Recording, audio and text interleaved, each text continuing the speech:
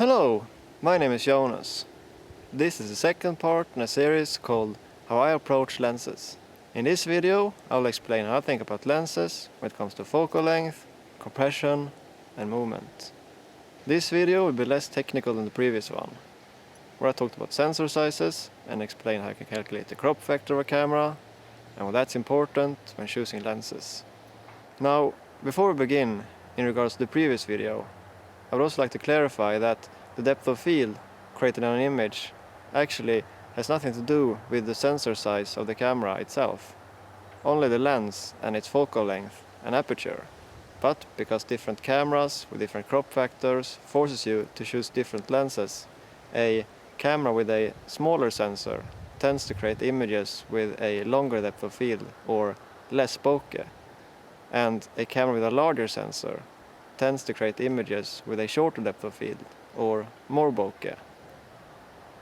As I said in an example, if you want to match the field of view of a full frame camera, for example a 5D Mark II with a 50mm lens on it, to a Super 35mm censored camera, for example the Canon C100 Mark II, you would need a roughly 35mm lens to do that.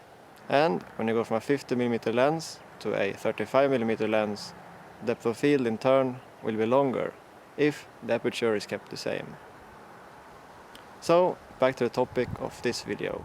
There are two ways that I know to think about lenses when it comes to focal length and compression of depth.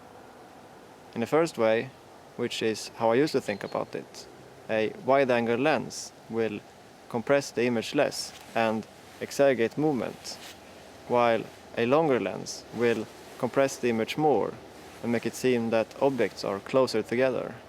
This technique is also used, for example, in portrait photography, where a longer 85mm lens often is preferred to create a more beautiful or aesthetically pleasing image of someone's face.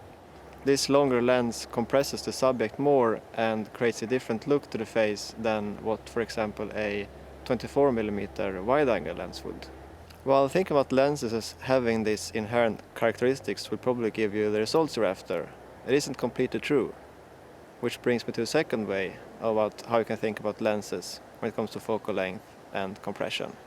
Instead of thinking about the lens, think about the camera's distance to the subject. This is actually what determines the compression of depth. When you think about it this way, you also understand that zooming with a lens is basically a different way of achieving the same thing as cropping an image. It's not the 85mm lens that makes the face look nice, it is how far the camera is placed from the subject.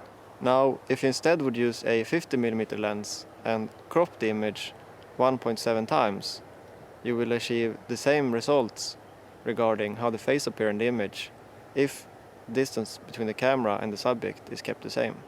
And this is basically what happens when you go from a full frame camera to a APS-C censored size camera, which has an inherent crop factor of 1.5 to 1.6 times. The camera in a way crops the image for you. Now, it is true that to get a certain frame, a longer lens forces you to stand further away from the subject, while a wider lens forces you to be closer.